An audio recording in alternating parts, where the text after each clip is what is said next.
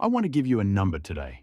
Not your credit score, not your net worth, something most people have never heard of. But once you see it, you'll never think about money the same way again. It's called your Iceberg Score. It runs from 0 to 100, and it measures one thing: how much of your real financial life is hidden versus how much is just for show. A score of 0 means everything you have is visible: the car, the clothes, the vacations, all on the surface, nothing underneath. A score of 100 means the opposite.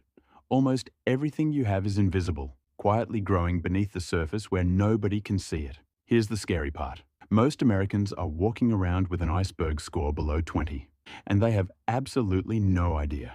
Let's find out where you actually stand. Think about a real iceberg for a second.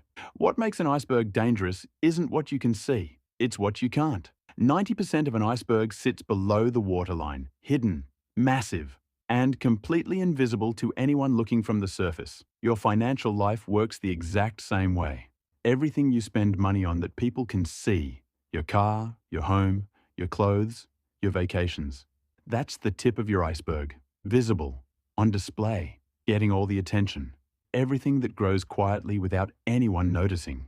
Your investments, your retirement account, your emergency fund, your passive income, that's what sits below the waterline. Your real wealth, your actual foundation. The iceberg score simply measures the ratio. How much of your financial life is tip versus how much is depth? And today, we're going to score 3 real people. By the end, you'll be able to calculate your own. Meet Jake, Priya, and Marcus. Same country, similar incomes, completely different iceberg scores. Let's break them down one by one. Jake is 32. He makes $68,000 a year. From the outside, Jake looks like he's absolutely winning. He drives a leased $55,000 BMW, $680 a month. He wears designer clothes. He just got back from a week in Cancun. His Instagram is full of proof that life is good. Now let's look below the waterline. Jake has $14,000 in his retirement account, no emergency fund, $11,000 in credit card debt. After rent, the lease, minimum payments, and groceries, Jake has about $200 left every month, some months less. So let's score him. Jake's visible spending, the BMW, the clothes, the vacations, consumes roughly 85% of his financial energy. His invisible wealth, investments, savings, security, represents maybe 15%. Jake's iceberg score? 15 out of 100. His iceberg is almost entirely above the waterline. It looks enormous from the outside. But one wave, one job loss, one medical bill, one emergency, and the whole thing tips over, because there is almost nothing holding it up from beneath. Priya is 38. She and her husband earn a combined $110,000 a year. On the surface, Priya looks established, settled, like she has truly figured it out. They bought a $620,000 home 3 years ago. Beautiful neighborhood, 4 bedrooms. The housewarming party alone cost $4,000. Every holiday, the family gathers there, and everyone agrees Priya is doing well. Now let's go below the waterline. Their mortgage is $3,800 a month, nearly 55% of their take-home pay. They have no emergency fund. Their combined retirement savings is $52,000. They have 2 car payments totaling $1,100 a month. After all fixed expenses, they have almost no room to invest consistently. Priya's visible life looks rock solid, but her financial foundation is paper thin. Priya's iceberg score? 22 out of 100. Her iceberg is wide and impressive on the surface, but it's dangerously shallow underneath.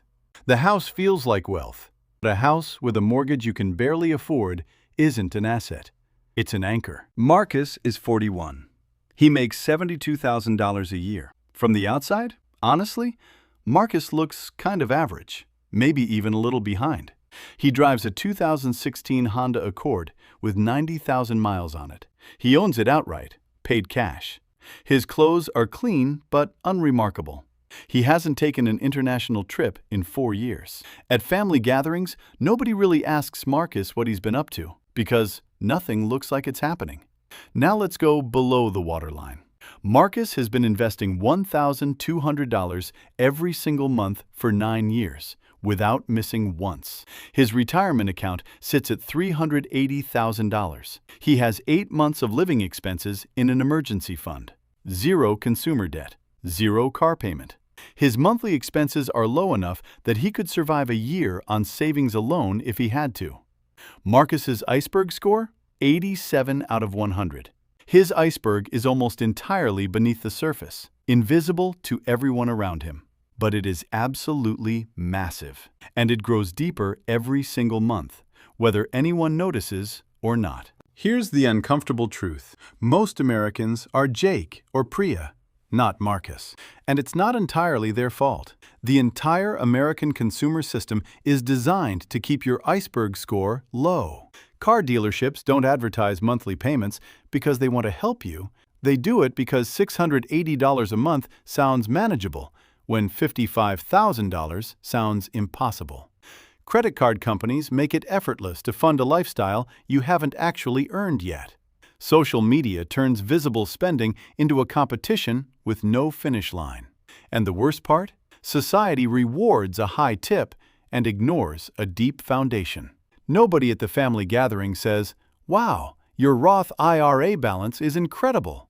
Nobody double taps a screenshot of a brokerage account. But a new car? A renovated kitchen? A Cancun photo? That gets a reaction immediately. So people keep building the tip, and the foundation stays shallow. Here's how to calculate your iceberg score right now. Grab a piece of paper. Add up everything you spend every month that people can see. Your car payment, dining out, clothes, subscriptions, vacations, divided by 12. That's your visible number. Now add up everything that grows invisibly every month. Retirement contributions, investment deposits, emergency fund additions. That's your hidden number. Divide your hidden number by your total monthly spending. Multiply by 100. That's your iceberg score. If Jake invests 0 and spends $3,800 a month visibly, his score is 0. If Marcus invests $1,200 out of $3,000 total monthly outflow, his score is 40 on the monthly basis, but his cumulative score is 87 because of 9 years of depth already built. The goal isn't perfection overnight. The goal is to move the number. Even going from a 15 to a 30 over 2 years is a completely different financial life. Here's what changes when your iceberg score starts climbing. You stop feeling the pressure to perform, because your confidence stops coming from what people can see and starts coming from what you know is sitting underneath. Marcus doesn't need anyone to know about his $380,000. He knows it's there. That's enough.